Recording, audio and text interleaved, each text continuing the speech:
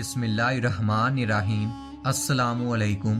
ہر روز نئی ویڈیو کے لیے چینل کو سبسکرائب کر لیں اور ساتھ لگے ہوئے بیل آئیکن کو دبا کر آل کی آپشن کو سلیکٹ کریں تاکہ ہر نئی ویڈیو کی اپڈیٹ آپ کو ملتی رہے۔ رسول اللہ صلی اللہ علیہ وآلہ وسلم نے فرمایا کہ اللہ تعالیٰ نے سوائے موت کے کسی بھی مرض کو بغیر علاج کے خلق نہیں کیا۔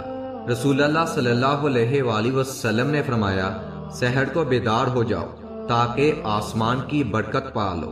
رسول اللہ صلی اللہ علیہ وآلہ وسلم نے فرمایا پینے والی چیزوں کو کھڑے ہو کر پینے سے پرہیز کرو۔ رسول اللہ صلی اللہ علیہ وآلہ وسلم نے فرمایا پیاس کی حالت میں پانی کو گھونٹ گھونٹ کر نہ پیو، ایک دم سے ہرگز نہ پیو۔ رسول اللہ صلی اللہ علیہ وآلہ وسلم نے فرمایا کلونجی ہر درد کی دعا ہے سوائے موت کے کہ اس کی کوئی دعا نہیں۔ رسول اللہ صلی اللہ علیہ وآلہ وسلم نے فرمایا مٹی کھانے سے پرہیز کرو، مٹی کھانا میری امت پر حرام ہے۔ رسول اللہ صلی اللہ علیہ وآلہ وسلم نے فرمایا انار کا رس جسم کے اندرونی حصے کو صاف کرتا ہے۔ رسول اللہ صلی اللہ علیہ وآلہ وسلم نے فرمایا شہد بہترین غذا ہے، یہ دل کو تر و تازگی عطا کرتا ہے اور حافظے کو بھی تیز کرتا ہے۔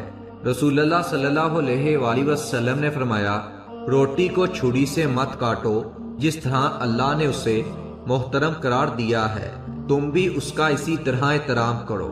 رسول اللہ صلی اللہ علیہ وآلہ وسلم نے فرمایا انجیر کا استعمال کرو، یہ بواسیر کے مریضوں کے لیے بہت مفید ہے۔ نبی پاک صلی اللہ علیہ وآلہ وسلم نے فرمایا کشمش صفرا کو ابھرنے سے روکتی ہے اور بلغم کو کم کرتی ہے۔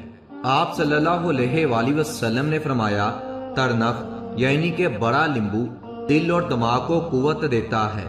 حضور صلی اللہ علیہ وآلہ وسلم کا ارشاد ہے خربوزہ مثانے کو صاف کرتا ہے، معدے کو ہلکا کرتا ہے اور جسم کو تر و تازہ رکھتا ہے۔ نبی پاک نے فرمایا پھل کو چھری سے ٹکڑے کرنے کی بجائے دانتوں سے کھانے میں زیادہ بہتر ہے۔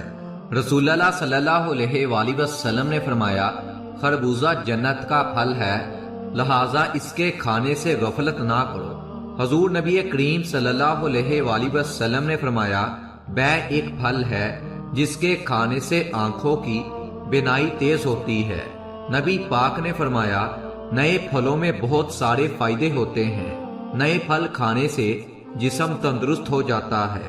رسول اللہ صلی اللہ علیہ وآلہ وسلم نے فرمایا کھجور کو ناشتے میں کھاؤ تاکہ تمہارے اندرونی جراثیم کا خاتمہ ہو جائے۔ رسول اللہ صلی اللہ علیہ وآلہ وسلم نے فرمایا اللہ تعالیٰ نے کھجور اور انار کو آدم کی نیت سے پیدا کیا ہے۔ حضور نبی پاک صلی اللہ علیہ وآلہ وسلم نے فرمایا جن لوگوں کو زیادہ کھانے اور پینے کی عادت ہوتی ہے وہ سنگ دل ہوتے ہیں۔